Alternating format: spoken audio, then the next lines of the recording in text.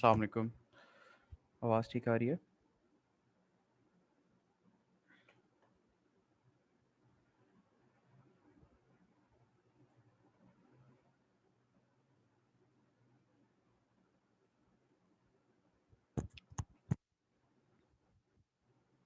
Okay, 1-2 minute wait कर लेते हैं। अभी तक काफ़ी कम स्टूडेंट्स ने ज्वाइन किया है। वीडियो देखी थी जो मैंने सेंड की थी किसी ने?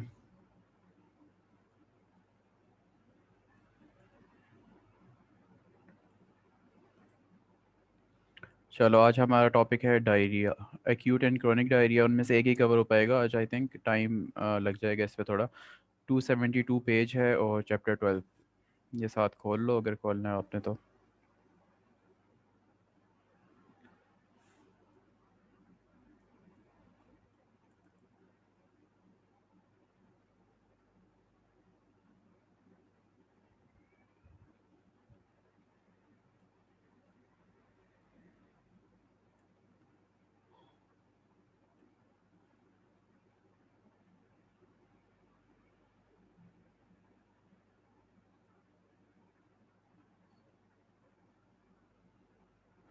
ये कुछ इंपॉर्टेंट टॉपिक्स हैं जीआईटी के जो हम कवर करेंगे। एक्यूट डायरिया, इसका क्वेश्चन बेसिकली आपका उसमें इंक्लूड हो जाता है इन्फेक्शियस डिजीज़ के अंदर। जीआईटी से नहीं आता ये, और लिखा भी वहीं पर हुआ है।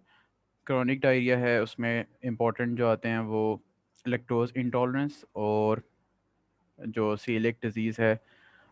इन दोनों के क्वेश्चंस आ सकते हैं। कुछ एमसीक्यूज़ में जो है वो काउ मिल्क प्रोटीन एलर्जी के भी आ जाते हैं कभी कभी। हेपेटोमेगैली के कॉजेज़ आते हैं, स्प्लिनोमेगैली के भी आते हैं। सीलिक डिजीज़ और विल्सन डिजीज़ इधर से हमने पढ़नी है इंशाल्लाह।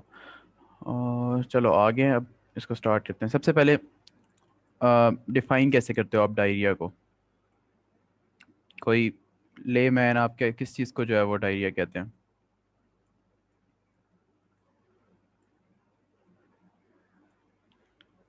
Increase in frequency of stools, ठीक है। नॉर्मल फ्रीक्वेंसी से ज़्यादा जब स्टूल आ रहा हो, या उसकी कंसिस्टेंसी चेंज हो रही हो, कंसिस्टेंसी उसकी जो है वो सॉफ्ट होती जा रही हो या वाटरी होती जा रही हो, यानी सॉफ्ट की तरफ जा रहा हो, तो उसको जो है वो हम डायरिया कहते हैं। नॉर्मली भी यही होता है। या फ्रीक्वेंसी ज़्यादा हो जाए, लूज मोशन कहते हैं उसको, ठीक है। तो ये डायरिया हो जाता है। उसको हमने on the basis of duration divide किया हुआ है कि एक्यूट है कि क्रोनिक है।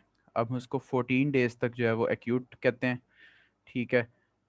14 डेज से ज़्यादा का जो रह रहा हो उसको हम क्रोनिक कह देते हैं, ठीक है। इसी तरह अगर ब्लड के साथ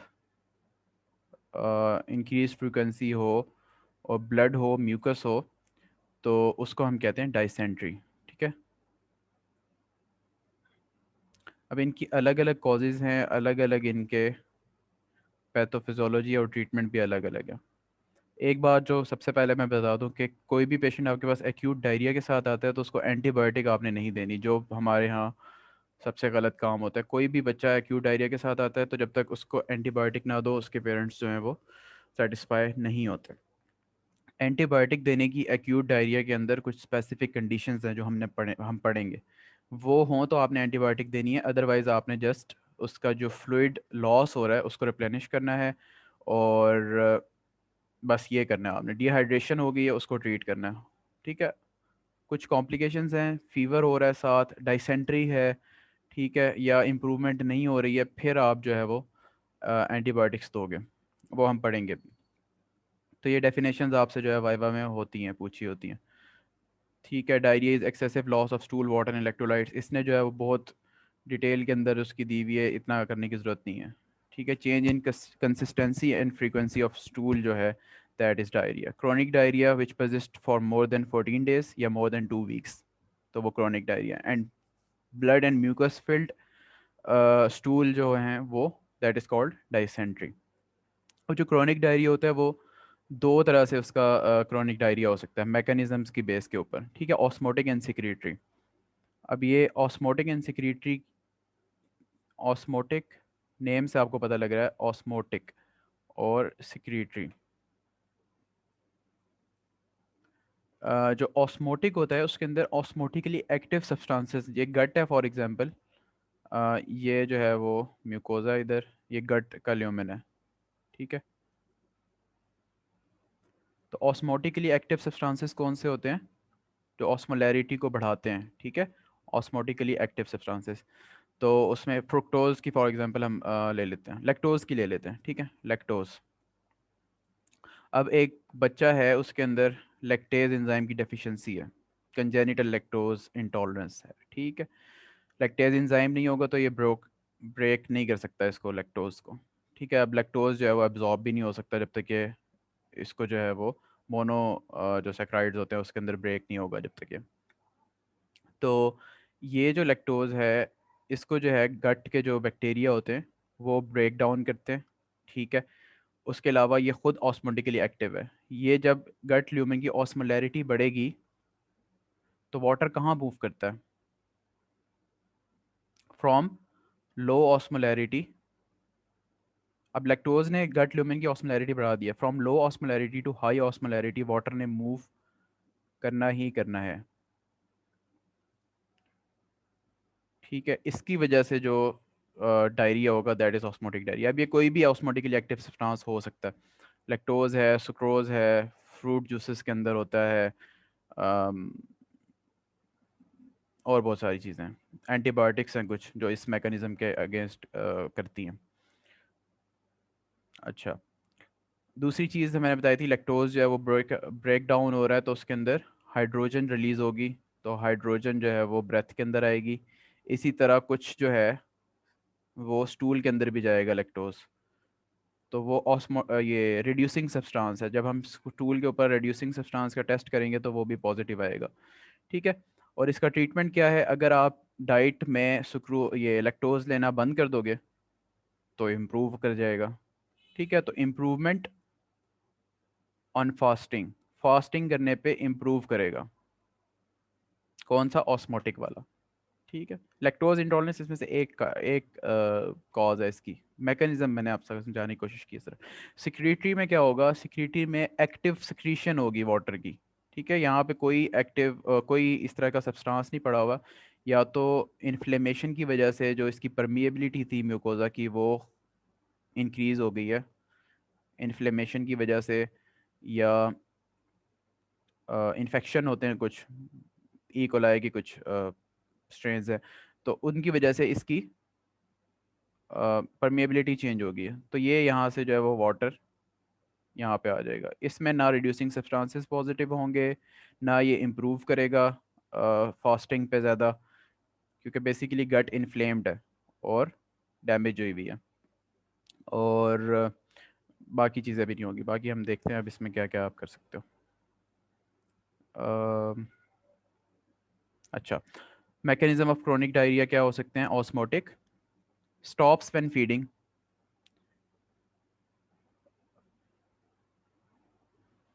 अच्छा, डिफेक्ट क्या होता है इसके अंदर? ट्रांसपोर्ट का डिफेक्ट होता है या डाइजेशन का डिफेक्ट होता है? डाइजेशन बेसिकली जो कम्प्लेक्स मॉलिक्यूल्स होते हैं उनको छोटे मॉलिक्यूल्स में जो एब्जॉर्बेबल हों उनमें कन्वर्ट करना, वो वाला काम ख़राब होता है। कोई एंजाइम डेफिशिएंसी है या कोई मसला है। स्टूल एग्जामिनेशन में क्या होगा? वाटरी होगा, ये बहुत ज़्यादा एसिडिक होगा, ठीक है। रिड्यूसिंग सब्सटेंसेस पॉजिटिव होंगे और ऑस्मोलैलिटी इंक्रीज होगी। ऑस्मोलैलिटी की हमने बात की थी अभी कि वो ऑस्मोटिकली एक्टिव सब्सटेंसेस की वजह से इंक्रीज हुई भी है। और आयन गैप जो है वो भी 100 से ज़्यादा होगा, ठीक है। आयन गैप जो है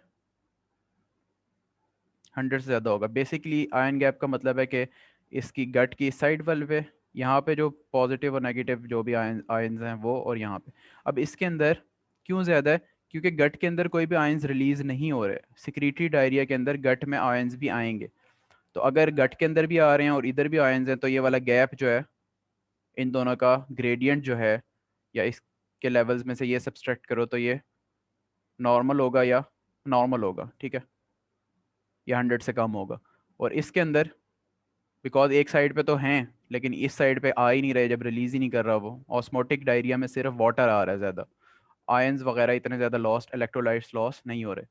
तो द ग्रेडियंट जो होगा वो बढ़ जाएगा। इस साइड पे कुछ भी नहीं है, इधर जो है वो बढ़ा हुआ है, तो 100 से ज़्यादा ऑस्मोलर हो जाएगा, ठीक है। ये टेक्निकल बातें इतनी कोई पूछेगा नहीं आपसे, लेकिन थोड़ा सा आइडिया और आपको पीछे होना चाहिए। Diarrhoea that persist even when the patient is fasting, कोई फ़ायदा नहीं हो रहा फास्टिंग करने का, खाना रोकने का, ठीक है। डिफेक्ट में एब्जॉर्प्शन का हो सकता है, सिक्रीशन का हो सकता है, इलेक्ट्रोलाइट ट्रांसपोर्ट का प्रॉब्लम हो सकता है। एंड स्टूल एग्जामिनेशन में वाटरी होगा ऑब्वियसली। नॉर्मल ऑस्मोलैरिटी, उधर क्या थी, increase osmolarity, because osmotically active substances like lactose, sucrose, sorbitol, ये वाली चीज़ें थी। Ion gap is less than 100 milli osmol per KG. No stool leukocytes, दोनों में ही नो स्टूल ल्यूकोसाइट्स हैं। या इन्फेक्शियस डायरिया जो होता है उसके अंदर स्टूल ल्यूकोसाइट्स होते हैं, जो यूजुअली जो है वो क्रोनिक एक्यूट होता है, 14 डेज से कम कम की ड्यूरेशन का होता है। ल्यूकोसाइट्स यहाँ पे आपको क्रोनिक डायरिया में नहीं मिलते, क्योंकि यहाँ पे कॉज थोड़ी सी डिफरेंट होती है। Here are some examples chronic, ये तो खैर और तरह से इसने डिवाइड किया हुआ है कि प्राइमरी कॉजेज़ क्या हो सकती हैं, सेकेंडरी। आपने जो कॉजेज़ याद करनी है वो ऑस्मोटिक और सिक्रीटरी की हेडिंग के अंडर ही करनी है। Main causes of osmotic diarrhoea, अब इसमें हर वो चीज़ होगी जो कोई ना कोई ऑस्मोटिकली एक्टिव सब्सटेंसेस गट के ल्यूमन के अंदर लेकर आ रही है। Sorbitol excess of fruit juices के अंदर होता है, ठीक है। Enteric infections, giardia and salmonella, ये करवा सकते हैं। Protein energy malnutrition, protein energy malnutrition में बेसिकली ऑस्मोटिकली एक्टिव सब्सटेंसेस कहाँ से आ रहे होते हैं, जो आपका पेंक्रियाज है उसने जो है वो सारे एंजाइम्स जो हैं वो करने होते हैं, सिक्रीट करने होते हैं ना, ट्रिप्सिन और काइमोट्रिप्सिन वगैरह, ये वो सारे, ठीक है। तो अगर प्रोटीन एनर्जी मैल न्यूट्रिशन होगी तो बॉडी के अंदर प्रोटीन की फॉर्मेशन नहीं हो जाएगी। एंजाइम्स जो हैं वो सारी प्रोटीन्स हैं, तो प्रोटीन्स नहीं बन रही है तो एंजाइम्स भी नहीं बन रहे, एंजाइम्स नहीं बन रहे तो डेफिशिएंसी हो जाएगी, डाइजेशन नहीं होगी। उसकी वजह से ऑस्मोटिकली एक्टिव सब्सटेंसेस जो हैं वो नीचे जाना शुरू हो जाएंगे into the small and large intestine, ठीक है। इसी मैकेनिज्म के तहत सिस्टिक फाइब्रोसिस भी काम करेगा आपका, और इसी के तहत पेंक्रियाटिक पेंक्रियाटाइटिस जो है, एक्यूट पेंक्रियाटाइटिस, वो भी काम करेगा। सिस्टिक फाइब्रोसिस में बेसिकली, ये हम पढ़ेंगे आगे, रेस्पिरेटरी में ज़्यादा इसका काम है, लेकिन बट तीन चीज़ों को ये अफेक्ट करता है। एक तो करवाता है recurrent lung infections due to thick sputum, ठीक है। पेंक्रियाटाइटिस करवाता है due to blockage of these ducts, और एक और चीज़ भी है, अब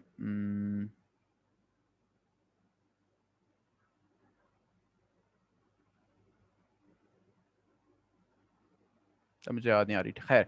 आपके जो है वो लंग्स का करवाएगा, पेंक्रियास का करवाएगा, आई थिंक कोई इनफर्टिलिटी के साथ भी शायद इसका है, ठीक है, वो भी करवा सकता है मेल बच्चों में। अच्छा, तो ये उसकी वजह से जो है वो ये कॉजेज़ भी आ जाएंगे ऑस्मोटिक के अंदर इनडायरेक्टली। सीलिएक डिजीज़, ठीक है। सीलिएक डिजीज़ में बेसिकली म्यूकोजा इन्फ्लेमेशन होती है, जो पेप्टाइडेजेस एंजाइम्स होते हैं जो म्यूकोजा के अंदर होते हैं, क्या डायसेक्राइडेजेस होते हैं, जो एंजाइम्स होते हैं वो विलाय के अंदर पड़े हुए होते हैं, ठीक है। तो कुछ इन्फेक्शंस और इन्फ्लेमेशंस उन विलाय को डैमेज कर देती हैं, एट्रोफी हो जाती है उनकी, जिसकी वजह से बेसिकली मेल डाइजेशन नहीं हो रही है उसमें। ओवर ईटिंग, जितना ज़्यादा खाओगे उतने ज़्यादा उसमें से थोड़ा सा तो ऊपर डाइजेस्ट हो जाएगा, बाकी सारा जो है वो नीचे आएगा गट के अंदर, तो ऑस्मोटिकली एक्टिव सब्सटेंसेस होंगे। एंटीबायोटिक्स कुछ इस मैकेनिज्म से वर्क करती हैं। पोस्ट एंट्राइटिस, ये वही वही वाली बात है, जो एंजाइम है, एट्रोफ विलाय जो हैं उनकी इन्फ्लेमेशन होगी, जिसकी वजह से एंजाइम डेफिशिएंसी होगी, जिसकी वजह से प्रॉब्लम होगी। Crohn disease, ulcerative colitis, inflammation है, मेडिसिन से रिलेटेड डिजीज़ हैं आपकी ज़्यादा ये। सिस्टिक फाइब्रोसिस, ठीक है, पेंक्रियाटिक इंसफिशिएंसी की वजह से हो रहा है यहाँ पे। क्रोनिक नॉन स्पेसिफिक डायरिया, इसमें आपको कोई भी कॉज नहीं मिल रही होती क्रोनिक नॉन स्पेसिफिक डायरिया के अंदर, तो नाम से ही पता लग रहा है, टॉडलर्स डायरिया भी इसको कहते हैं। IBS है, दैट इज़ वो इरिटेबल बाउल सिंड्रोम है। लेग्जेटिव्स हैं, और हाइपर थायराइडिज्म है। हाइपर थायराइडिज्म में आपको पता होगा कि बढ़ जाती है बॉल की एक्टिविटी। तो सिक्रीटरी डायरिया की थोड़ी सी कम कॉजेज़ हैं। हिर्शस्प्रंग डिजीज़ है, ठीक है। हिर्शस्प्रंग डिजीज़ में बेसिकली कंजेनिटल मेगाकोलॉन जो है उसको हिर्शस्प्रंग डिजीज़ कहते हैं। उसमें एक गैंग्लियोनिक सेगमेंट आ जाते हैं आपके कॉलॉन में, जिसकी वजह से वो डायलेट कर जाती है। पेरिस्टालसिस नहीं होता उसके अंदर, वहाँ पे फ्लूइड, वो जो ये सारा फूड शूट है वो अकोमोलेट होना शुरू हो जाता है। बैक्टीरियल ओवरग्रोथ, ये भी मेडिसिन इतना इंपॉर्टेंट नहीं है। स्मॉल इंटेस्टाइनल बैक्टीरियल ओवरग्रोथ एक SIBO एक अलग से जो है वो डिजीज़ का ग्रुप है, वो इसमें हो जाता है डिफरेंट। ठीक है, इम्यूनो एडहेरेंट इकोलाई, इकोलाई की सिर्फ इम्यूनो एडहेरेंट कॉज है जो वो करवाती है, बाकी कुछ जो है ये डायसेंट्री करवाती हैं, कुछ जो है वो डायरिया भी करवाती हैं, acute diarrhoea. T cell immunodeficiency के कोई भी सिंड्रोम्स हैं वो करवाएंगे। और congenital acquired partial small bowel obstruction, partial obstruction हो स्मॉल बॉल की तो उसमें भी सिक्रीटरी डायरिया हो सकता है। ठीक है, ये चीज़ें याद रखनी है आपने। तो क्लिनिकल फाइंडिंग्स क्या होंगी? अब डायरिया की क्लिनिकल फाइंडिंग्स बताने की कोई एज सच उसमें नहीं है, लेकिन बेसिकली वाटरी होंगे स्टूल्स, अगर उसके अंदर फैट भी आ रहा है जिसको आप स्टेटोरिया कहते हो, फैट भी आ रहा है तो वो जो है थोड़े स्टिकी होंगे। ठीक है, मदर बताएगी या बच्चा बड़ा है तो वो बताएगा, स्टिकी होंगे स्टूल्स और फ्लश नहीं हो रहे होंगे आराम से। ठीक है, इसी तरह जब आप सैंपल लोगे उसका तो एक लेयर जो है वो ऊपर फैट की जो है वो उसमें भी होगी वो। तो ये सारी चीज़ें अगर आपको वो बताता है क्वेश्चन में तो दैट मीन्स के there is steatorrhoea, fat in the stool. अच्छा, अ, बाकी एब्जॉर्प्शन नहीं हो रही, डायरिया जब भी होगा, क्रोनिक डायरिया होगा तो जितने भी वाइटल माइक्रो न्यूट्रिएंट्स हैं, ख़ास तौर पे जो vitamin A, D, E and K जो हैं फैट सॉलोबल वाइटामिन, ठीक है, फैट की एब्जॉर्प्शन नहीं होगी तो उनकी भी एब्जॉर्प्शन नहीं होगी सही तरह, तो उनकी डेफिशिएंसी के सिम्टम्स, साइन एंड सिम्टम्स के साथ भी प्रेजेंट कर सकता है। ठीक है, बाकी बच्चा ऑब्वियसली वेस्टेड होगा, वेट उसका नॉर्मल बच्चों से कम होगा, ग्रोथ उसकी कम होगी, मेल न्यूट्रिशन हो सकती है, वेट एंड हाइट सब कुछ कम होगा उसका, ये सारी चीज़ें। माइक्रो न्यूट्रिएंट्स में फिर साथ आयरन, कैल्शियम और डिफरेंट वाटर सोलबल वाइटामिन, उनकी भी डेफिशिएंसी हो सकती है, उसके सिम्टम्स भी आ सकते हैं। आयरन की वजह से एनीमिया, आयरन डेफिशिएंसी एनीमिया पढ़ चुके हैं हम। कैल्शियम की वजह से रिकेट्स, विटामिन D और कैल्शियम की वजह से रिकेट्स है, और हाइपोकैल्सियमिक टेटनी है, ये सारी चीज़ें हो सकती हैं। ऑस्मोटिक डायरिया का केस दिया हुआ है इसने, अब इसमें आप और करना है इसके ऊपर के इसने जो बोल्ड की हुई हैं चीज़ें।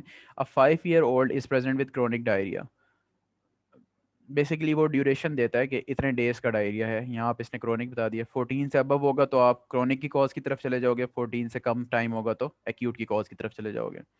एक्यूट की most common causes are infectious and chronic की मोस्ट कॉमन कॉजेज आर ये एब्जॉर्प्शन के प्रॉब्लम, एंजाइमेटिक डेफिशिएंसी या एलर्जीज वगैरह।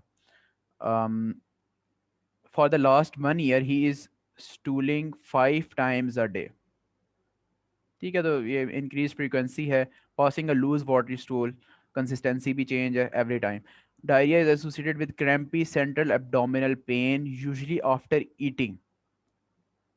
तो ये पता लग रहा है कि ईटिंग के साथ इसका कोई रिलेशनशिप है, तो ये फर्दर नैरो डाउन आपका हो गया कि ये किस तरफ जा रहा है।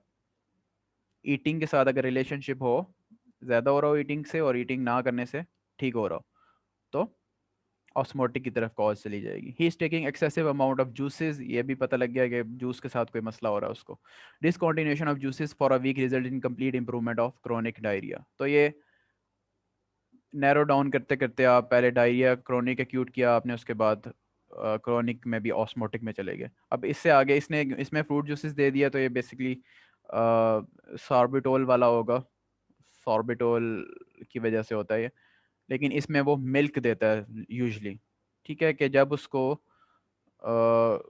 दूध पीता है वो तो उसको क्रैम्पी एब्डोमिनल पेन होना शुरू हो जाता है, ब्लोटिंग होना शुरू हो जाती है। ठीक है, अ, ये वाली चीज़ें देगा वो। और उसका मीनिंग वो क्या बताना चाहेगा, लैक्टोज इंटॉलरेंस। ठीक है, लैक्टोज इंटॉलरेंस दो तरीके से हो सकता है, एक तो कंजेनिटल है, कंजेनिटल में बच्चे का बचपन से ही प्रॉब्लम होगा। दूसरी है एक्वायर्ड, एक्वायर्ड में यूजली इन्फ्लेमेशन की वजह से, एंट्राइटिस की वजह से, गट की म्यूकोजा की इन्फ्लेमेशन की वजह से जो डायासेक्राइडेसेस होते हैं जिन्होंने लैक्टोज को तोड़ के ग्लूकोज और क्या होता है इसके अंदर ग्लैक्टोज होता है उसमें करके एब्जॉर्ब करना होता है, वो नहीं होते हैं विलाय के ऊपर जो पड़े होते हैं एक्वायर्ड के अंदर। तो वो बेसिकली कोई भी इन्फेक्शियस डायरिया के बाद बच्चे को लैक्टोज इंटॉलरेंस हो सकती है। तो ये दोनों तरीके से आपके क्वेश्चन में आ सकता है। इंपॉर्टेंट पॉइंट उसने बता दिया, over eating, excessive fluid, like अच्छा हिस्ट्री के अंदर क्या होंगे, ओवर ईटिंग होगी बता दिए आपको, एक्सेसिव फ्लूइड जैसे कि फ्रूट जूसेस या सॉर्बिटोल इनटेक, और लैक्टोज इंटॉलरेंस एक्वायर्ड, ये हो सकते हैं कुछ पॉइंट्स। इसमें डायग्नोस्टिक टेस्ट तो हम आगे पढ़ेंगे ही। एक होते हैं थेरापी मैनेजमेंट के, थेराप्यूटिक ट्रायल होता है। थेराप्यूटिक ट्रायल में बेसिकली आप क्या करते हो, एक कोई चीज़ या तो उसको कोई ड्रग स्टार्ट करवाते हो जिसकी वजह से इम्प्रूवमेंट हो जाती है, ठीक है। जिस तरह इसमें है, अगर आपको लगता है कि लैक्टोज इंटॉलरेंस है किसी बच्चे को, अगर आप मिल्क उसका छुड़वा देते हो और वो ठीक हो रहा है, तो दैट मीन के थेराप्यूटिक ट्रायल है ये। और अगर आप उसको कोई ड्रग दे देते हो किसी इन्फेक्शन वगैरह के लिए और वो ठीक होना शुरू हो जाता है, तो इट मीन्स कि वही वाला इन्फेक्शन था, ठीक है। तो ये इस तो होता है, मैनेजमेंट करके आप जो है वो कंफर्म करते हो। तो ये लैक्टोज इंटॉलरेंस में आप कर सकते हो। बाकी नॉर्मल स्टूल ऑस्मोलैरिटी 280 to 330 होती है, इसके अंदर बड़ी हुई होगी जैसा कि हम देख चुके हैं। और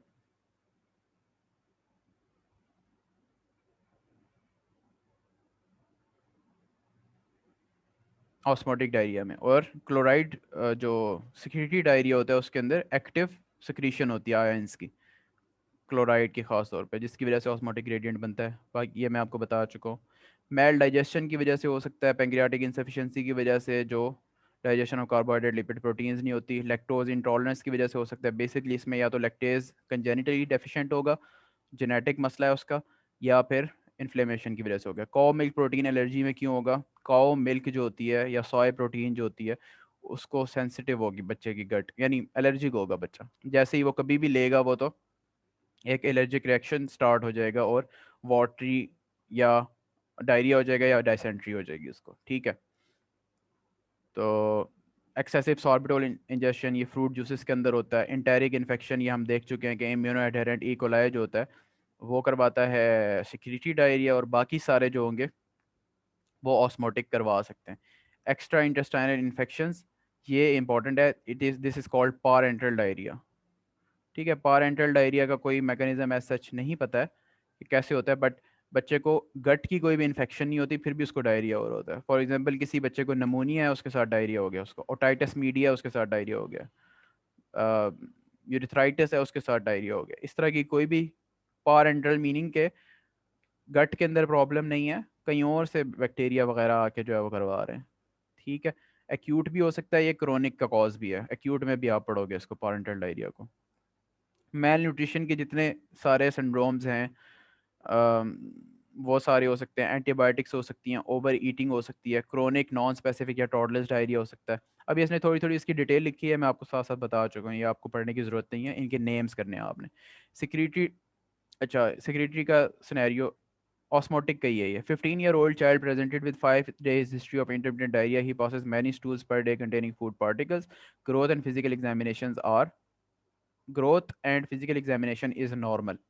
तो कोई भी उसको ऐसा प्रॉब्लम नहीं है, बस थोड़ा बहुत उसको हो रहा है। इसमें अगर टॉडलर्स डायरिया वो आपको बताना चाहता है तो वो आपको बताएगा कि आपने उसका दूध भी छुड़वा दिया और आपने उसकी जो पहला तो आपका सस्पेक्ट यही होगा ना कि लैक्टोज इंटॉलरेंस है, वो भी छुड़वा दोगे आप, फ्रूट जूसेस वगैरह छुड़वाना शुरू कर दोगे तो उनसे ठीक नहीं हो रहा होगा, ये उसने दिया होगा टॉडलर्स डायरिया के सिनेरियो में। कुछ भी नहीं पता लग रहा, फिर टॉडलर्स डायरिया, ठीक है। सिक्रीटरी डायरिया वही वाली सारी आपकी डिटेल आ जाती है। इन्वेस्टिगेशंस दोनों की सेम है, ठीक है। जैसे जैसे कॉज आप जो जो कॉज सस्पेक्ट कर रहे होगे उसकी एग्जाम इसकी इन्वेस्टिगेशन आप करवा लोगे। अब इसमें आप याद रखने के लिए रख लो कि ब्लड के टेस्ट, स्टूल के टेस्ट और एक्स्ट्रा, ठीक है, 3 तरह के होंगे। ब्लड में क्या क्या करवा सकते हो आप, एक तो जनरल ब्लड की बेस लाइंस करवा लोगे, सीबीसी करवाओगे, उसके अंदर आपको हीमोग्लोबिन भी मिल जाएगी, डिफरेंशियल भी मिल जाएंगे। अगर ल्यूकोसाइट रेज हैं तो इट मीन्स के there is some kind of infection going on in the body. ESR raised है, there is some kind of inflammation, CRP raised है, वही बात है। सीरम के अंदर इलेक्ट्रोलाइट्स करवा लोगे, क्योंकि जब इतने अरसा डायरिया रहता है तो इलेक्ट्रोलाइट भी ऊपर नीचे हो सकते हैं उसके, वो भी आप देख लोगे। अच्छा, उसके अलावा ब्लड के अंदर आप एंटीबॉडीज करवाओगे। दो दो चीज तीन चीज़ें होगी ना, सीबीसी, इलेक्ट्रोलाइट्स सीरम, ब्लड के अंदर मतलब सीरम के अंदर इलेक्ट्रोलाइट्स, और एंटीबॉडी सेरोलॉजी। एंटीबॉडीज किस चीज़ के अगेंस्ट, अब वो सीलेक्ट डिजीज़ है जैसे उसके अंदर एंटी एंडोमीजियल एंटीबॉडीज़ होती हैं, तो वो इस तरह की आप कोई डिजीज़ अगर सस्पेक्ट कर रहे हो तो वो हो जाएगी। अब स्टूल में आ जाओ। स्टूल का एग्जामिनेशन आपने पढ़ा होगा पैथोलॉजी में कि क्या होता है। सबसे पहले फिजिकल एग्जामिनेशन होता है। फिजिकल एग्जामिनेशन में आप उसका कलर देखते हो, कंसिस्टेंसी देखते हो, वगैरह वगैरह। उसके बाद माइक्रोस्कोपी आ जाती है, उसमें आप उसमें आरबीसीज देखते हो कि ब्लडी स्टूल्स तो नहीं है। कभी ग्रॉस ब्लड भी हो सकता है उसके अंदर, और कभी माइक्रोस्कोपिक ब्लड होता है, यानी ग्रॉस आई से नज़र नहीं आ रहा होता लेकिन ब्लड आ रहा होता है स्टूल के अंदर। ठीक है, तो वो दोनों चीज़ें। पैरासाइट्स के लिए कर लोगे आप ova and parasite OP test, ova and parasites test. OP OP लिखा होता है हर जगह। पस सेल्स कर लोगे, यानी ल्यूकोसाइट्स तो नहीं आ रहे। स्टूल के कल्चर करा लोगे अगर इन्फेक्शियस लग रहा है आपको। स्टूल के यूसिनोफिल्स करा लोगे, बेसिकली जो एलर्जिक होंगे, ये कॉमिक प्रोटीन एलर्जी वगैरह, उसके अंदर यूसिनोफिल्स आ रहे होंगे। यूसिनोफिल्स मीनिंग या तो एलर्जी है या और किस चीज़ में रेज होता है, पैरासाइट्स में रेज होता है ना, यूसिनोफिलिया होता है। स्टूल का पीएच करवा लोगे। एसिडिक पीएच मींस के ऑस्मोटिक डायरिया, और रिड्यूसिंग सब्सटेंसेस पॉजिटिव मींस के osmotic diarrhoea. Hydrogen breath test specific है उसके लिए, लैक्टोज इंटॉलरेंस के लिए। डी जाइलोज स्पेसिफिक है फॉर सीलियक के लिए है आई थिंक।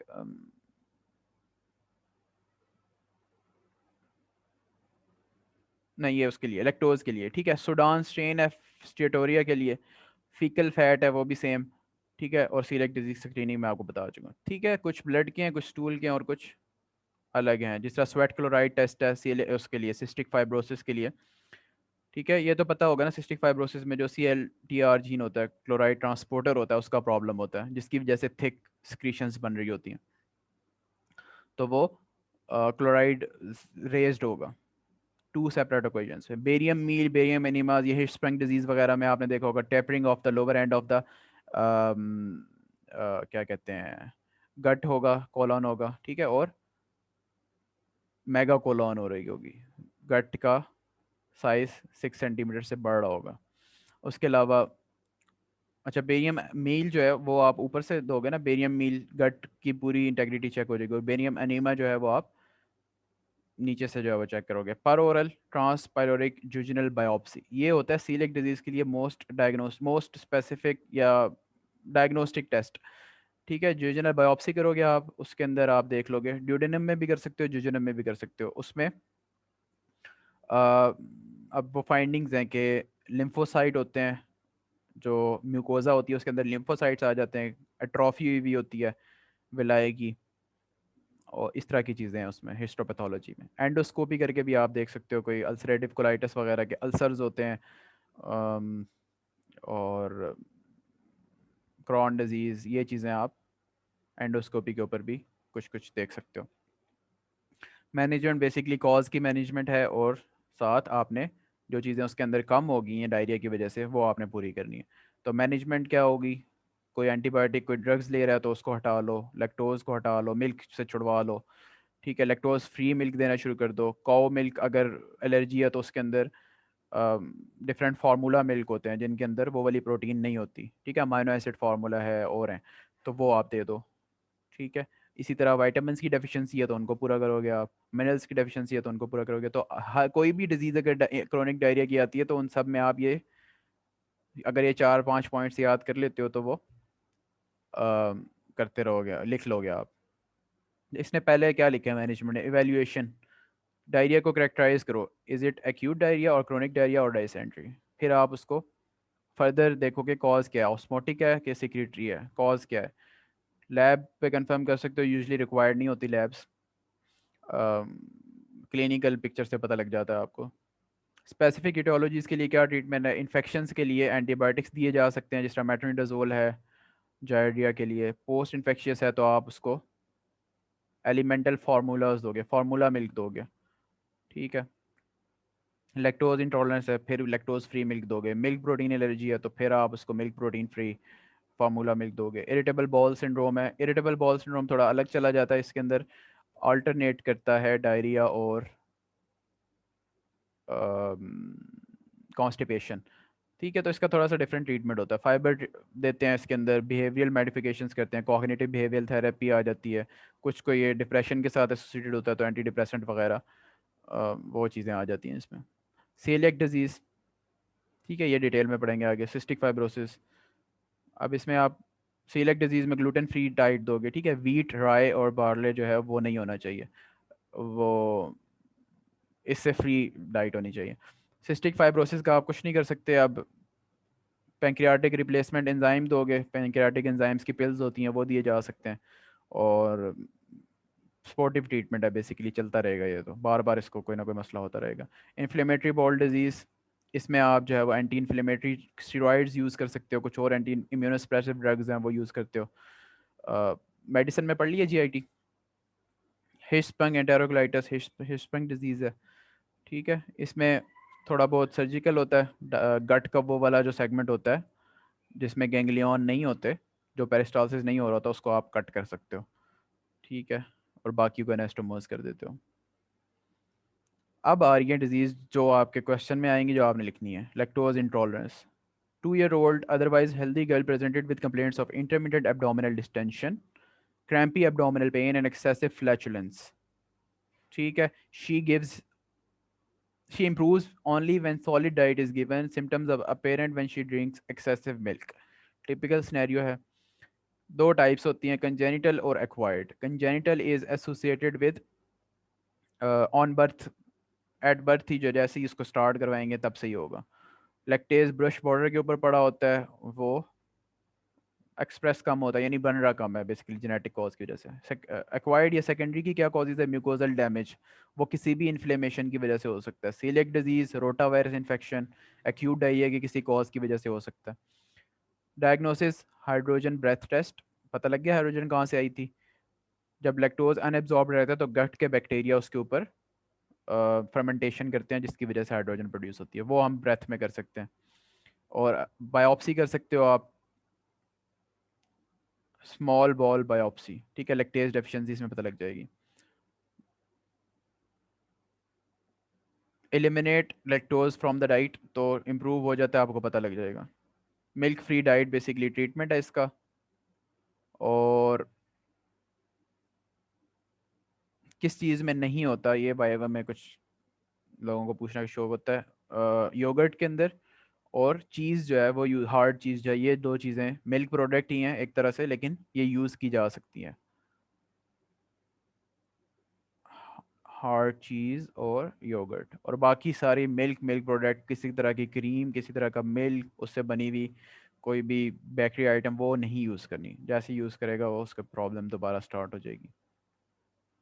कॉ मिल्क प्रोटीन एलर्जी, ठीक है, अब ऑब्वियसली कॉ मिल्क प्रोटीन एलर्जी है तो 4 to 6 मंथ या उसके बाद, जब भी वीनिंग के बाद कभी कॉ मिल्क स्टार्ट करवाएगी उसकी मदर, तो इसके सिम्टम्स तब आएंगे। उसने बताया होगा कि कॉ मिल्क के साथ हो रहा है। दूसरी चीज़ वीनिंग के साथ कौन सी स्टार्ट होती है, आप जो छोटी क्या कहते हैं, वीट की प्रोडक्ट हैं या राय की, जो जो जिसको है वो वाली प्रोडक्ट्स भी वीनिंग पे स्टार्ट करवाते हैं, ठीक है, वीट वाला सिरिलैक हो गया, दलिए हो गए गंदम के और जौ के, तो आ, वो भी इसी एज पे प्रेजेंट करेगा, ठीक है, जब वीनिंग की एज होती है। तो इन दोनों को आपने देख लेना कि कॉ मिल्क की वजह से हो रहा है या ग्लूटेन की वजह से हो रहा है, सीलियक डिजीज है या कॉ मिल्क प्रोटीन एलर्जी। सारे सिम्टम्स वही होंगे, इसमें ब्लड भी हो सकता है वगैरह वगैरह। क्लिनिकल डायग्नोसिस है, कॉ मिल्क छोड़वा देंगे उसको तो ठीक हो जाएगा, ठीक है। अब छुड़वाएंगे तो देंगे क्या फिर उसको, उसके लिए आपके पास 3 फार्मूला मिल्क हैं। सोया प्रोटीन नेम करने हैं सिर्फ आपने, सोया मिल्क है, हाइड्रोलाइज्ड फार्मूला है, और अमाइनो एसिड फार्मूला है। अम, इसमें वो वाली जो प्रोटीन जिससे प्रॉब्लम हो रही है वो नहीं होगी, बाकी सारे कंपोनेंट होंगे। इस तरह के फार्मूला ये डिज़ाइन किए जाते हैं, ठीक है, वो वाली ब्रेक डाउन करवा देंगे ज़्यादा से ज़्यादा जिनसे प्रॉब्लम हो रही है। अब ऑब्वियसली ये भी, जिस कॉ मिल्क और उसकी सारी प्रोडक्ट कोई भी यूज़ नहीं करनी, क्योंकि प्रोडक्ट के अंदर भी प्रोटीन होगी थोड़ी बहुत, तो ये आपने कर लेना। अच्छा, आगे हम सीलियक डिजीज़ पे जाते हैं।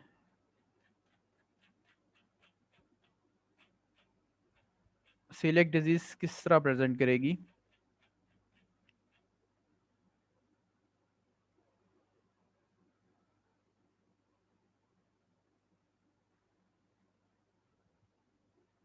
मेन कंप्लेंट जो होगी वो होगी डायरिया की, ठीक है।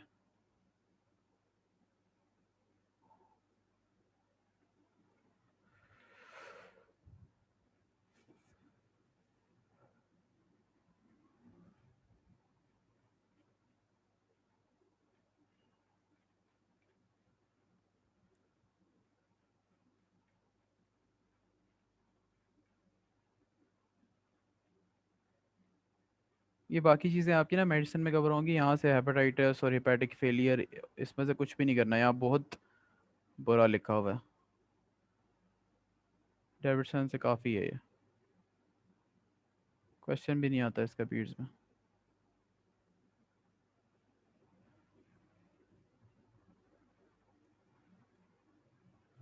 ये रही सिलेक्ट।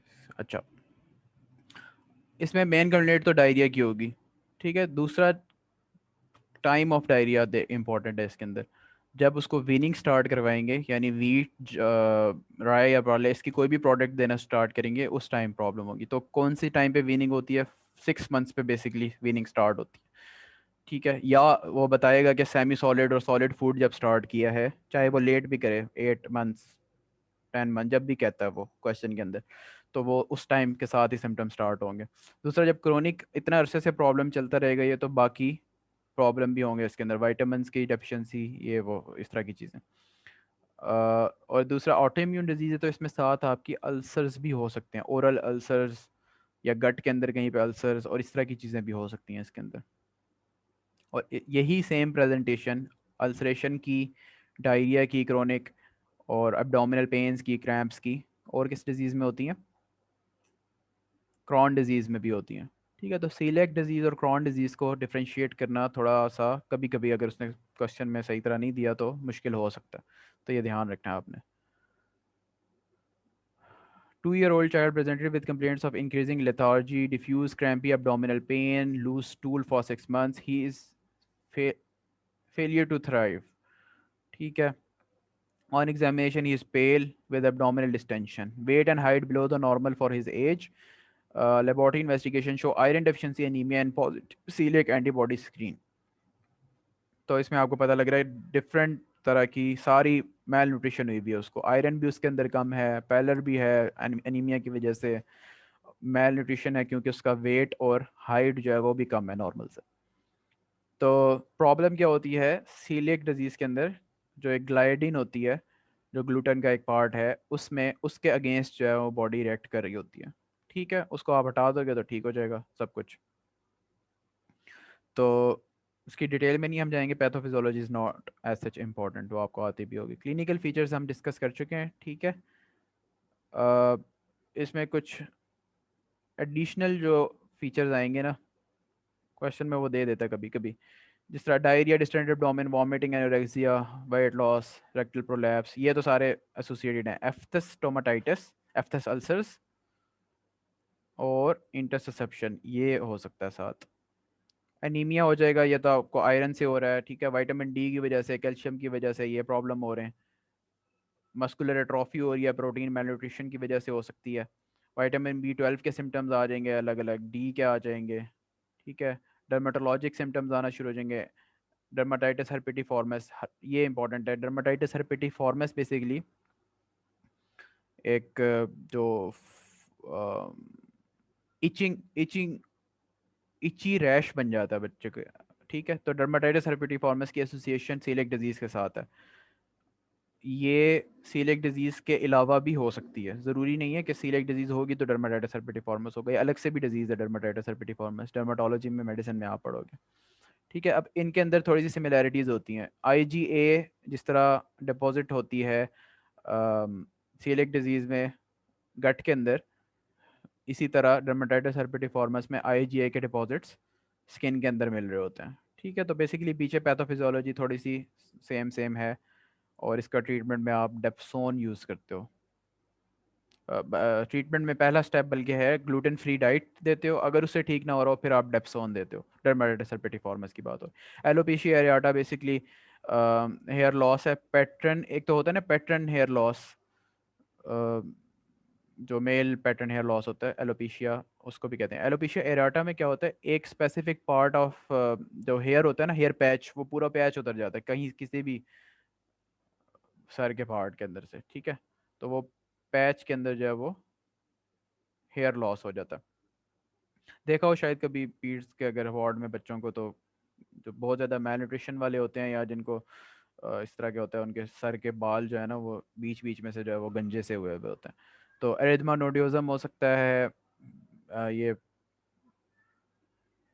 रेस्ड जो है वो शिन के ऊपर बन जाते हैं नोड्यूल्स टाइप, तो उसको कहते हैं एरिथमा नोडियोजम।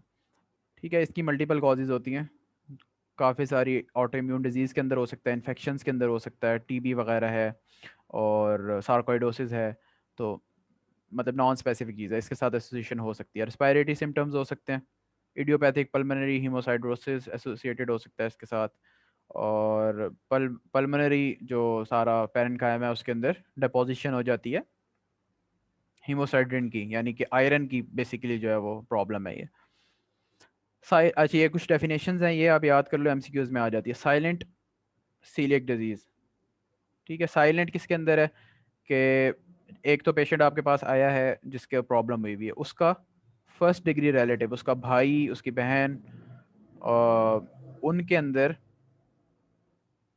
गट गट के अंदर फाइंडिंग्स हो लेकिन सिम्टम्स अभी तक ना, साइलेंट है ना, मीन सिम्टम्स नहीं है, बट गट के अंदर जो सारी इन्फ्लेमेशन है और जो फाइंडिंग्स होती हैं गट की बायोप्सी के ऊपर वो आ रही हो, तो that is silent coeliac disease. एक होती है पोटेंशियल सीलिक डिजीज, उसके अंदर सिर्फ एंटीबॉडीज पॉजिटिव होती हैं और कुछ नहीं होता, ना गट के अंदर फाइंडिंग्स होती है ना सिम्टम्स होते हैं। और लेटेंट सीलिक डिजीज के अंदर क्या होता है, कभी कभी उसको ग्लूटेन सेंसिटिविटी की वजह से प्रॉब्लम हो जाती है, लेकिन उसके जो बायोप्सी होती है वो नॉर्मल होती है। ठीक है, तो ये कुछ डेफिनेशन हैं, ये कर लेंगे। डायग्नोसिस में क्या होगा, सिम्टम्स से पता लग गया आपको। एंटीबॉडीज़ कौन सी बनती हैं, एंटी ट्रांस ग्लूटामिनेज एंटीबॉडी, ठीक है, और एंटी ग्लाइडिन एंटीबॉडीज़ और रेटिकुलिन एंटीबॉडीज़, ये तीन एंटीबॉडीज़ हैं। इसमें से सबसे स्पेसिफिक कौन सी है, एंटी एंडोमीजियल जो है वो स्पेसिफिक है सबसे ज़्यादा। ये एमसीक्यू आता है आपका। और आईजीए डेफिशिएंसी है अगर पेशेंट को ग्लूटेन सेंसिटिविटी के साथ सीलिक डिजीज़ के साथ साथ, तो बेसिकली आईजीए बन रही होती है ना सारी, तो आईजीए डेफिशिएंसी है तो फॉल्स नेगेटिविटी आ सकती है कि वो नहीं दिखाएगा आपको कि एंटीबॉडीज़ हैं या नहीं। तो ये चीज़ें हैं। बाकी ड्यूडेनल बायोप्सी और जिजनल बायोप्सी की जा सकती है, 2 बायोप्सीज की जाती हैं, दोनों पॉजिटिव आती हैं तो फिर आप ट्रीटमेंट स्टार्ट करते हो एडल्ट्स में। और क्रोनिक डायरिया वाले सारे टेस्ट किए जा सकते हैं, ठीक है, कार्बोहाइड्रेट एब्जॉर्प्शन के ये वो। और बाकी विटामिन और मिनरल डेफिशिएंसीज के जो भी टेस्ट अगर आप स्पेसिफिक करना चाहते हो, जिस तरह रिकेट्स के पढ़े थे हमने, आयरन डेफिशिएंसी एनीमिया के पढ़े थे, वो सारे सारे भी करवा सकते हो। डिफरेंशियल्स क्या बनेंगे, ऑटो इम्यून इंटेरोपैथी, ठीक है, टॉपिकल स्प्रू है, ट्रॉपिकल स्प्रू, और जार्डियासिस। क्रोनिक डायरिया के जितने और 7 कॉजेज हैं मेल एब्जॉर्प्शन के, वो आ गए हैं और ये सारे लिखे हुए हैं। ये जब आप मेडिसिन में पढ़ोगे ना, मेल मेल एब्जॉर्प्शन सिंड्रोम्स, तो ये सारे मेल एब्जॉर्प्शन सिंड्रोम इसके जो है वो डिफरेंशियल्स हैं। C S I B O, small intestine bacterial overgrowth, Crohn disease, eosinophilic gastroenteritis, cow milk, soy protein, तो ये सारे हम इसमें से कुछ पढ़ चुके हैं, इंपॉर्टेंट है, जो कुछ आप मेडिसिन में पढ़ोगे, बाकी जस्ट नेम आपने करने हैं। साथ ही साथ विल्सन देख लेते हैं हम। विल्सन डिजीज़ में बेसिकली क्या प्रॉब्लम होती है, देर इज़ किस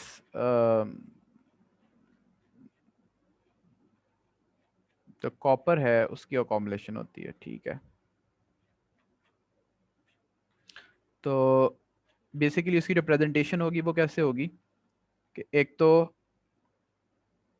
लिवर के अंदर प्रॉब्लम आएगी, ठीक है, दूसरा उसके आइज़ के अंदर एक रिंग बन जाती है, वो आपको काइजर फ्रेशर रिंग पता है आपको, ठीक है, साथ उसको न्यूरोलॉजिकल सिम्टम्स आएंगे। ये तीन चीज़ें होंगी, लिवर, न्यूरोलॉजिकल सिम्टम्स और आई की कोई फाइंडिंग, शायद हो भी सकती है नहीं भी हो सकती, इतना स्पेसिफिक नहीं है। तो ये होगा, और साथ उसने दिया होगा फैमिली हिस्ट्री।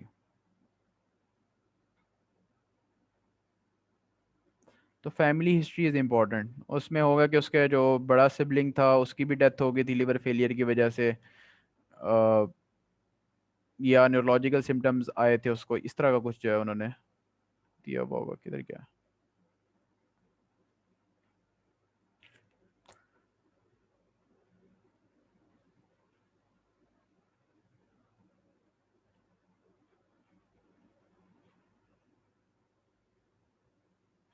यहाँ तक कोई क्वेश्चन है? समझ आ गया सारा डायरिया क्रोनिक की कॉजेस?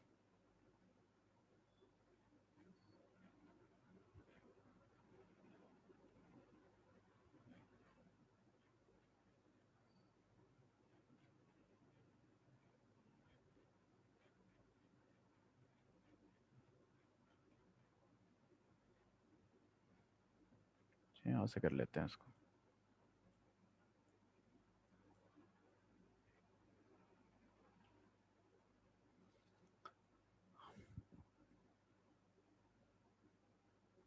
ओके, विल्सन डिजीज, ठीक है, ऑटोसोमल रिसेसिव डिजीज है, ATP7B, ये जीन भी इसका है और ट्रांसपोर्टर भी यही वाला डेफिशिएंट होता है। ठीक है, कॉपर ट्रांसपोर्टर है बेसिकली ATP7B, और जीन का नेम भी यही है। More common in girls, not important. Age important है।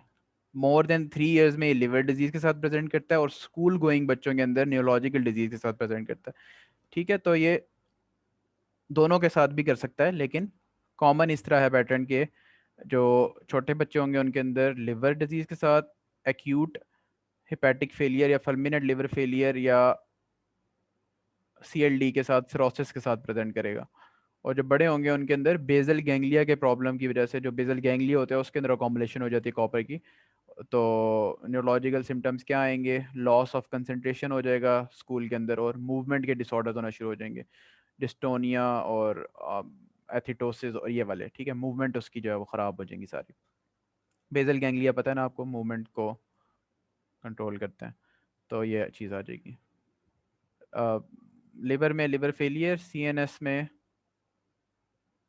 Behaviour changes, poor school performance, dystonia, dysarthria. Dystonia basically जो है वो टोन के प्रॉब्लम है, डिसआर्थरिया उसके जो है वो बोलने वगैरह में और गेट में और हैंड राइटिंग ख़राब हो जाएगी। ठीक है, जो मूवमेंट है स्किल्ड वो ख़राब है सारी। किडनी की इन्वॉल्वमेंट हो सकती है कुछ लोगों में, कुम्स नेगेटिव हेमोलिटिक एनीमिया हो सकता है, बेसिकली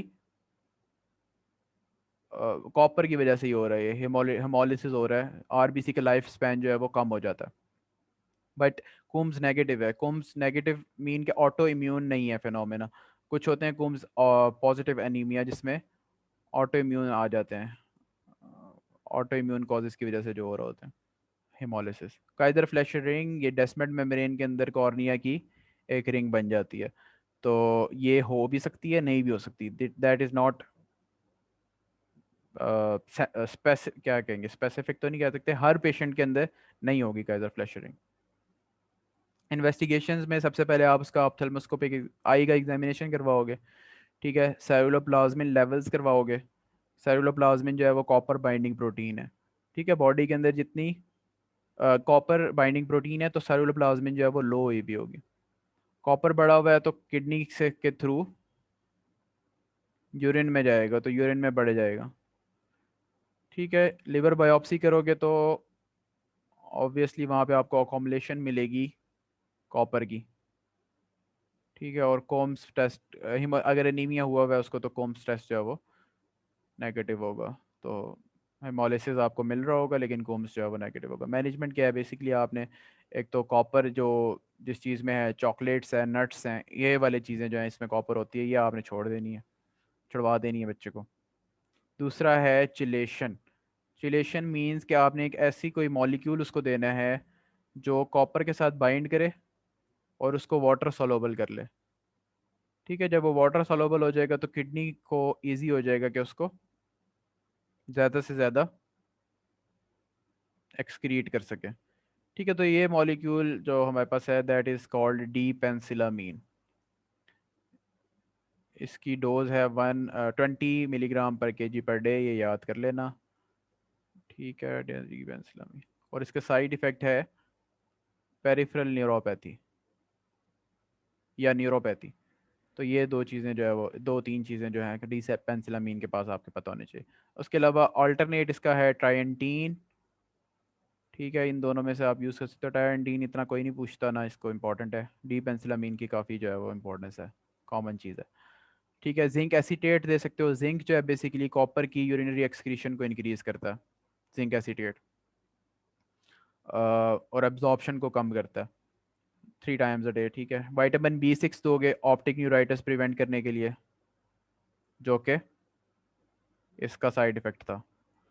और liver transplant is the ultimate treatment, यानी कि क्यूरेटिव ट्रीटमेंट जो है वो लिवर ट्रांसप्लांट है, जिससे बिल्कुल ठीक हो जाएगा। Otherwise life long chelation therapy चलती रहेगी। स्क्रीनिंग ऑफ द सिबलिंग्स, ज़ाहिर है एक को है क्योंकि जेनेटिक डिजीज़ है, तो जो है वो सिबलिंग्स को आपने स्क्रीन करना है। तो इसके टेस्ट इंपॉर्टेंट हैं, ये आपके पास आते हैं, अ, ये करने हैं आपने।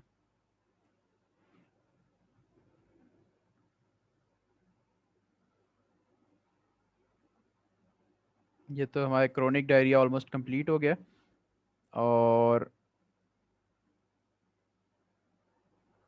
थोड़ा सा हम एक्यूट डायरिया का इंट्रो कर लेते हैं आज, और फिर उसको जो है वो हम कल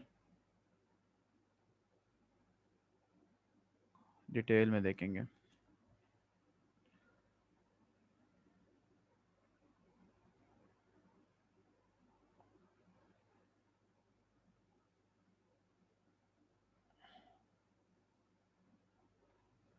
ओके, 14 डेज वही वाला सारा आएगा। कंसिस्टेंसी ख़राब हो गई है, फ्रीक्वेंसी ज़्यादा हो गई है, ठीक है, और 14 डेज से कम क्या है, that is called as acute diarrhoea. इसलिए फ्रीक्वेंसी बता भी दिए, 3 और मोर स्टूल्स, ठीक है, 3 4 एपिसोड्स हैं, और कंसिस्टेंसी चेंज हुई है। मोस्ट कॉमनली जब इन्फेक्शियस कॉजेज़ होती हैं, ये कॉजेज़ लिखी हुई हैं आपकी, इसमें से आपने एक जो ज़रूर याद करनी है वो है रोटा वायरस। ठीक है, रोटा वायरस क्योंकि प्रिवेंट हो सकती है। कैसे प्रिवेंट होती है? ईपीआई के अंदर हम रोटा वायरस की 1 2 3 देते हैं, ठीक है, वैक्सीन देते हैं, तो इसलिए प्रिवेंटेबल है, ये प्रिवेंटेबल कॉज है। और डेथ इन डायरिया जो है, एक्यूट डायरिया, वो डेथ का बहुत बड़ा कॉज है डेवलपिंग कंट्रीज़ में, इंक्लूडिंग हमारे वाली जो पाकिस्तान है। तो प्रिवेंट भी हो सकती है आराम से, और फिर भी हो रही है डेथ हो, इसलिए इंपॉर्टेंट बन जाता है टॉपिक, क्लिनिकल प्रैक्टिस में भी इंपॉर्टेंट है। ठीक है, उसके बाद आप जो है वो बैक्टीरिया में से एक दो याद कर लो। कॉमन जो है, ई कोलाई कॉमन है, साल्मोनेला कॉमन है, शिगेला है, कॉलरा बहुत एक तरह से इंपॉर्टेंट है। बाकी फूड पॉइजनिंग वगैरह है वो इतना डेंजरस नहीं है, इस वजह से इंपॉर्टेंट भी नहीं है। पैरासाइट्स, अमीबा, जायडिया, ये दो इंपॉर्टेंट है। फंजाई एज सच नहीं है, कैंडिडा अल्बिकन्स करवाता है ऐसे ही। पारेंटल में हम देख चुके हैं ओटाइटिस मीडिया, नमोनिया और यूटीआई। डाइटरी फैक्टर्स भी देख चुके हैं कि बहुत ज़्यादा खा लोगे, या फूड एलर्जी वगैरह, या कोई एंटीबायोटिक्स यूज़ करें तो उसकी वजह से एक्यूट और क्रोनिक डायरिया दोनों हो सकते हैं। ठीक है, तो ये कॉजेज़ आपने थोड़ी बहुत याद करनी है, कॉमन ज़रूर याद कर लेनी है। मोस्ट कॉमन कॉज जो है बच्चों के अंदर वो रोटा वायरस है, और मोस्ट कॉमन बैक्टीरियल कॉज जो है वो इकोलाई है। ठीक है, समझ आ गई ना बात? Most common cause rota virus है, और most common bacterial cause is E coli. तो ये आपको फंसा देगा उसमें, एमसीयू में। एपिडेमियोलॉजी करने की कोई ज़रूरत नहीं है। पैथोजेनेसिस भी इस लिहाज से कर लो कि इसमें ए कोलाई, ये हम कल करेंगे ए कोलाई को जब हम डिस्कस करेंगे। ठीक है, हिस्ट्री उसी तरह आएगी आपकी। प्रेजेंटिंग कंप्लेंट क्या लेकर आएगी? मदर लूज मोशन है बच्चे को, या अगर बहुत ज़्यादा सीरियस हो जाएगा बच्चा तो सेमी कॉन्शियस हो जाएगा, ठीक है, फीवर हो सकता है उसको, एब्डोमिनल पेन्स हो सकते हैं, तो ये चीज़ें होंगी उसको। बाकी colour of stool, duration, frequency, ये सब कुछ मदर से आप पूछ लोगे। वॉमिटिंग है साथ के नहीं, फीवर है कि नहीं, यूरिन ठीक आ रहा है कि नहीं। बेसिकली जब बहुत ज़्यादा डायरिया हो तो हाइपोवोलीमिया में चल डिहाइड्रेशन में चला जाता है बच्चा। डिहाइड्रेशन में जाता है तो यूरिन आउटपुट, पता है आपको कि बॉडी के सारे वॉल्यूम का मेजरमेंट होता है, तो यूरिन भी नहीं आएगा उसको, कम हो जाएगा, बहुत ज़्यादा ओलिग यूरिया हो जाएगा। तो वो आप इसलिए पूछ रहे हो यूरिन का। एब्डोमिनल डिस्टेंशन और पेन हो सकती है, सीजर्स की हिस्ट्री हो सकती है, और डायरिया की हिस्ट्री हो सकती है। बच्चे के अंदर कुछ भी प्रॉब्लम होना तो उसको कन्वल्जन्स होना शुरू हो जाते हैं। लाइक कोई भी बहुत सीरियस प्रॉब्लम हो, बहुत सीवियर नमूनिया हो जाए तो कन्वल्जन्स होना शुरू हो जाएंगे, बहुत हाई फीवर हो जाए तो कन्वल्जन होना शुरू हो जाएंगे। इसी तरह बहुत ज़्यादा डायरिया है, अगर डिहाइड्रेशन में चला गया तो सीजर्स हो, कन्वल्जन्स हो सकते हैं उसको। पास्ट हिस्ट्री ऑफ डायरिया, इसको बार बार तो नहीं हो रहा, रिकरेंट हिस्ट्री ऑफ डायरिया जो होती है वो कुछ खास किस्म की, बच्चे अगर बच्चे को इम्यूनो डेफिशिएंसी है, अ, तो उसको जो है वो रिकरेंट डायरिया होते हैं।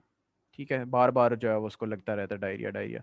तो ये आप एक हिस्ट्री में रूल आउट करोगे। कोई ट्रीटमेंट तो नहीं दिया गया अभी हॉस्पिटल लाने से पहले या क्लिनिक पे लाने से पहले, क्योंकि बहुत सारे पता ही होता है कि डायरिया अगर हो रहा है तो पानी पिलाना है, तो वो पानी जो है डिफरेंट तरीके का पिला रहे होते हैं, कोई जूस पिला रहा होता है, कोई पुदीने वाला पानी है, और पता नहीं कौन कौन से पानी जो है वो पिलाए जाते हैं। तो वो सारा पूछ लेना आपने कि ओआरएस पिलाया है या बाकी सब चीज़ें इधर उधर की पिलाते रहे हो। तो वैक्सीनेशन हिस्ट्री, वैक्सीनेशन में ख़ास तौर पे रोटा वायरस की जो है वो आपने देखनी है। ट्यूबरकुलोसिस, मीज़ल्स का पेशेंट कांटेक्ट तो नहीं हो उसके साथ, उससे हो सकता है कोई डायरिया का रिलेशन। और सोशल एंड फैमिली हिस्ट्री, ये बेसिकली आपको बताएगी कि वो कैसी जगह पे रहता है, आसपास पानी शानी तो नहीं खड़ा हुआ, कोई जो वाटर का सोर्स है, फिल्टर्ड वाटर है, मिनरल वाटर है, या बॉइल्ड वाटर है, कहाँ से आ रहा है। ठीक है, बेसिकली ये ज़्यादातर डायरिया की कॉजेज़ वाटर बॉर्न ही होती हैं। 5F पढ़े होंगे ना आपने, फिंगर, फीसेस, और पता नहीं ये वो वाले कॉजेज़ होती हैं। एग्जामिनेशन पे क्या देखोगे आप, इसमें से जो चार चीज़ें याद रखनी है ना आपने ज़रूर, जो आपकी integrated management of childhood illnesses हम पढ़ेंगे उसके अंदर भी है, वो है जनरल बिहेवियर। बच्चा एक्टिव, प्लेफुल है, खेल रहा कूद रहा है, हंस रहा खेल रहा है, बिल्कुल ड्राउजी है, यानी कि सुस्त तो नहीं हुआ हुआ, पता ही नहीं है उसको अपनी सेमी कॉन्शियस सा तो नहीं है।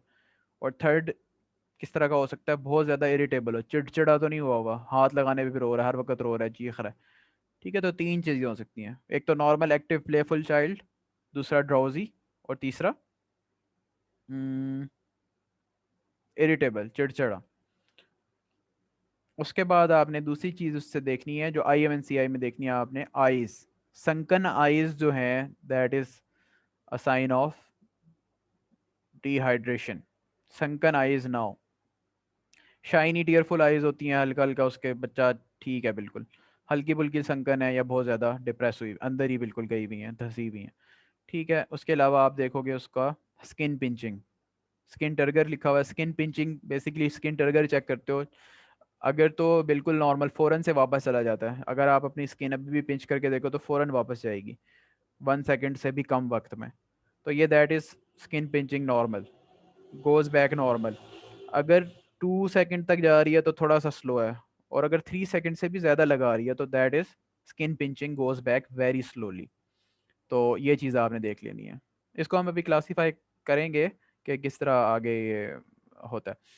एंड अच्छा, बस ये तीन चीज़ें हुई हैं, अभी चौथी है जनरल बिहेवियर देख लिया, स्किन पिंचिंग देख लिया, संकन आइज देख लिया।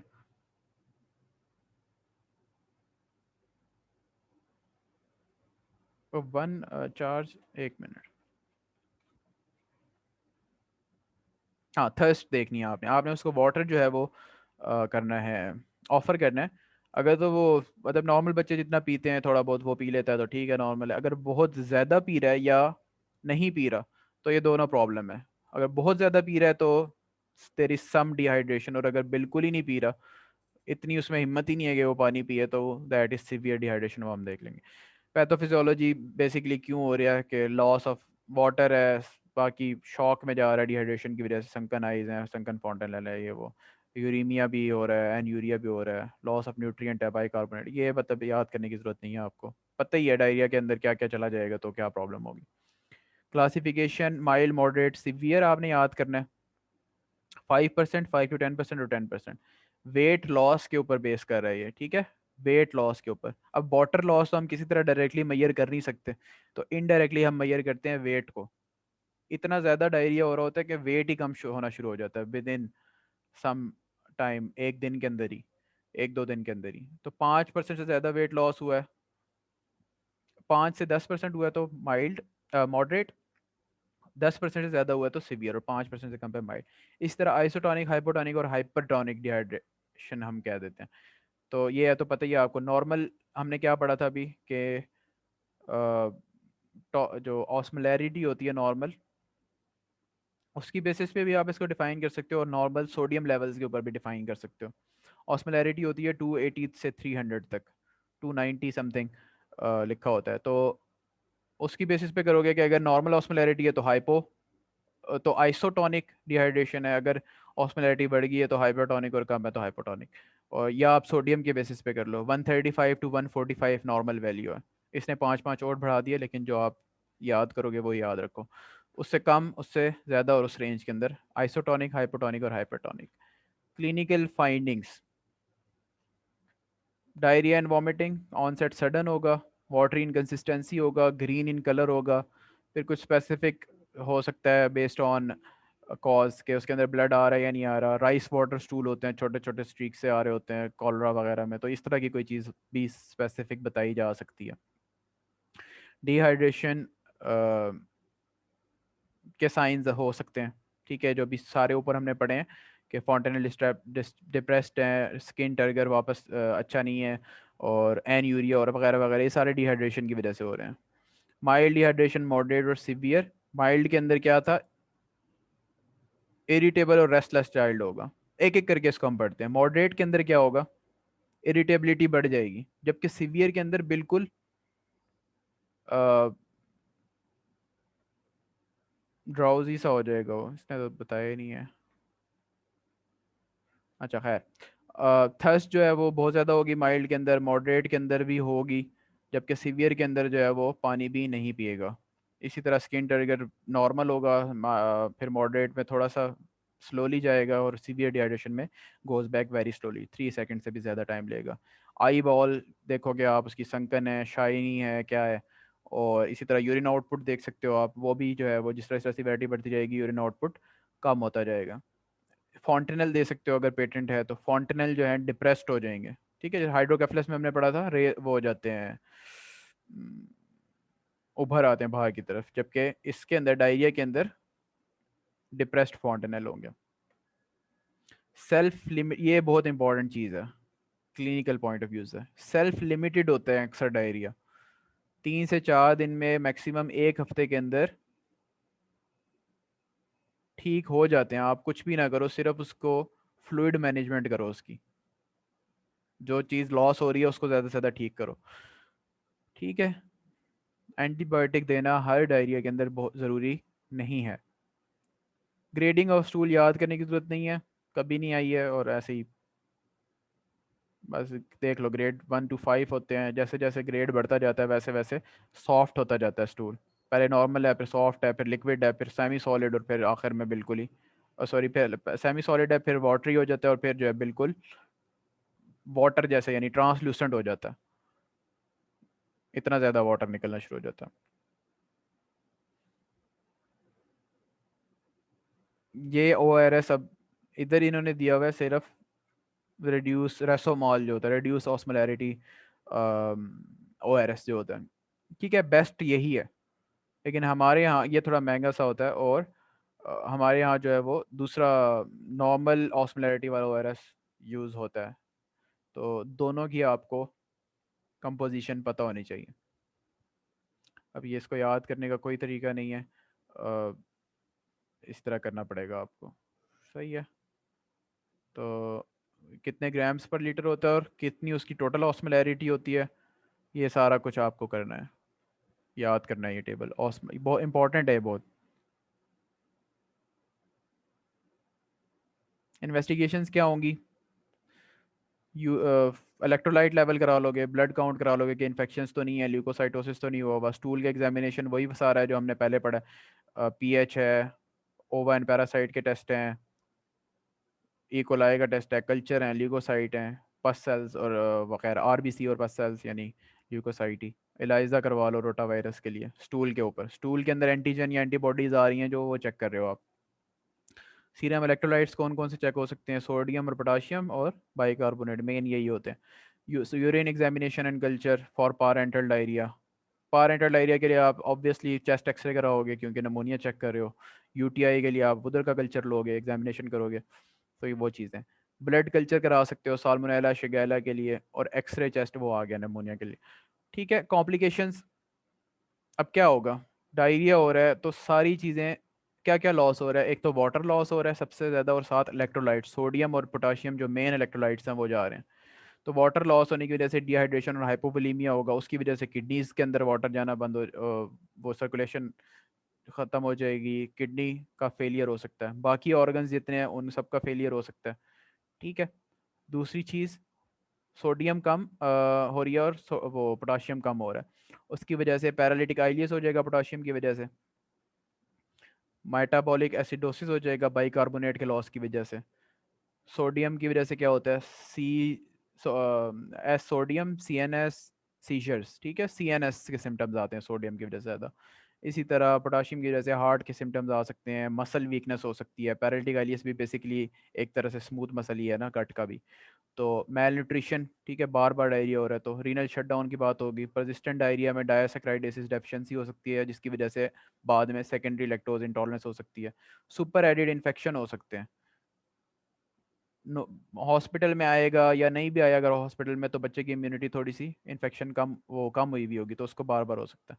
ड्रिप्स लगेंगी, फ्लूइड देंगे उसको, उसकी वजह से थ्रश हो सकता है, ठीक है।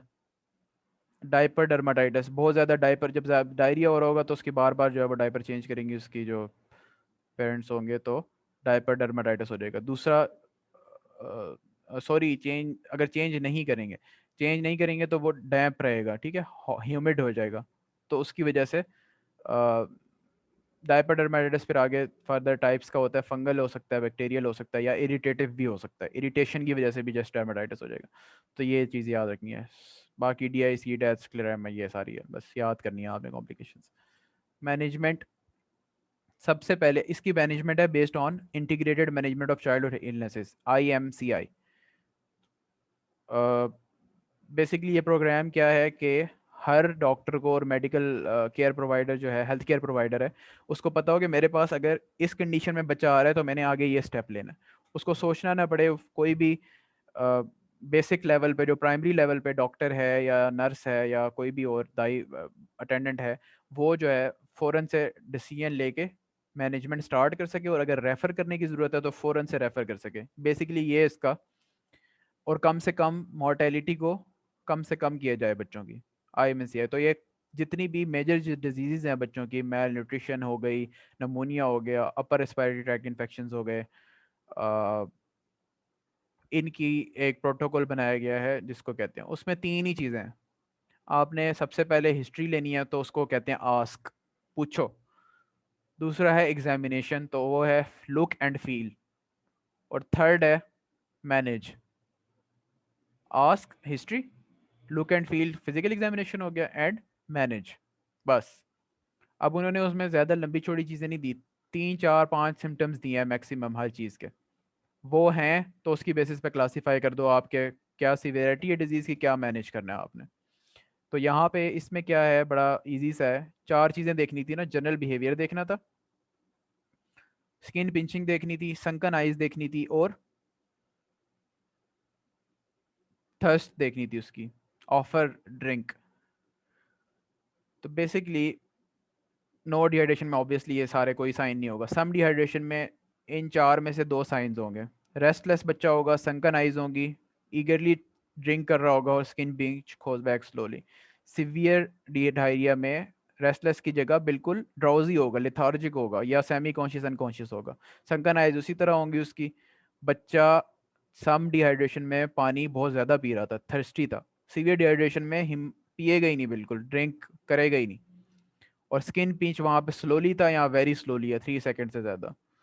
तो अकॉर्डिंगली आपने उसको मैनेज करना है और फिर रेफर कर देना है। ये हम मैनेजमेंट इंशाल्लाह इसकी कल पढ़ेंगे। IMCI क्लासिफिकेशन इसकी दोबारा से हम रिवाइज करेंगे, ताकि ये बहुत इंपॉर्टेंट है, डायरिया और इसकी क्लासिफिकेशन। अब मैनेजमेंट बहुत इंपॉर्टेंट है, इसलिए हम इसको कल ही पढ़ेंगे। ठीक है, किसी का कोई क्वेश्चन, कुछ समझ ना आया हो? ये डायरिया एक्यूट और क्रोनिक, एक्यूट बहुत ज़्यादा इंपॉर्टेंट है, प्रैक्टिकल पॉइंट ऑफ व्यू से भी और एग्जाम पॉइंट ऑफ व्यू से भी। ये बहुत बच्चे आएंगे आपके पास जब आप इंशाल्लाह प्रैक्टिस करोगे और वार्ड्स में होगे तो। एक्यूट डायरिया अगर हो तो हम हिस्ट्री कैसे लेंगे एक बच्चे की? एक्यूट डायरिया पे हिस्ट्री कैसे होगी? एक्यूट डायरिया पे मदर आपके पास आएगी, वो कहेगी कि बच्चे को लूज मोशन है, ठीक है। उसके बाद आपने स्टूल के सारे क्वेश्चन करने हैं और एसोसिएटेड सिम्टम्स सारे पूछने। स्टूल के क्वेश्चन क्या होते हैं, दिन में कितनी दफ़ा आता है, उसकी कंसिस्टेंसी कैसी है, पानी है, स्वामी सॉलिड है, म्यूकस आता है उसके अंदर, ब्लड आता है कि नहीं, और ये चीज़ पूछनी है, ठीक है। एसोसिएटेड सिम्टम्स क्या बनते हैं, बच्चे की वेट और हाइट, प्रीवियस वेट और हाइट आपने पूछ लेना है कि बाकी बच्चे कम तो नहीं है, ठीक है, वेट रिसेंट टाइम्स में उसका बहुत ज़्यादा वेट जो है वो गिरा तो नहीं है, कपड़े खुले तो नहीं हो गए, मतलब अनपढ़ हैं तो इस तरह पूछेंगे आप। तो ये चीज़ पूछोगे। फीवर बहुत इंपॉर्टेंट चीज़ है एक, फीवर का पूछोगे। अ, फिर फीवर की अपनी आगे हिस्ट्री होती है कि इंटेंसिटी क्या है उसकी, कितना होता है, ड्यूरेशन क्या है, रात के किस टाइम उतर जाता है, दिन में कोई वेरिएशन तो नहीं है डे टाइम। ये फीवर के क्वेश्चंस होते हैं हिस्ट्री पे, तो वो पूछोगे आप।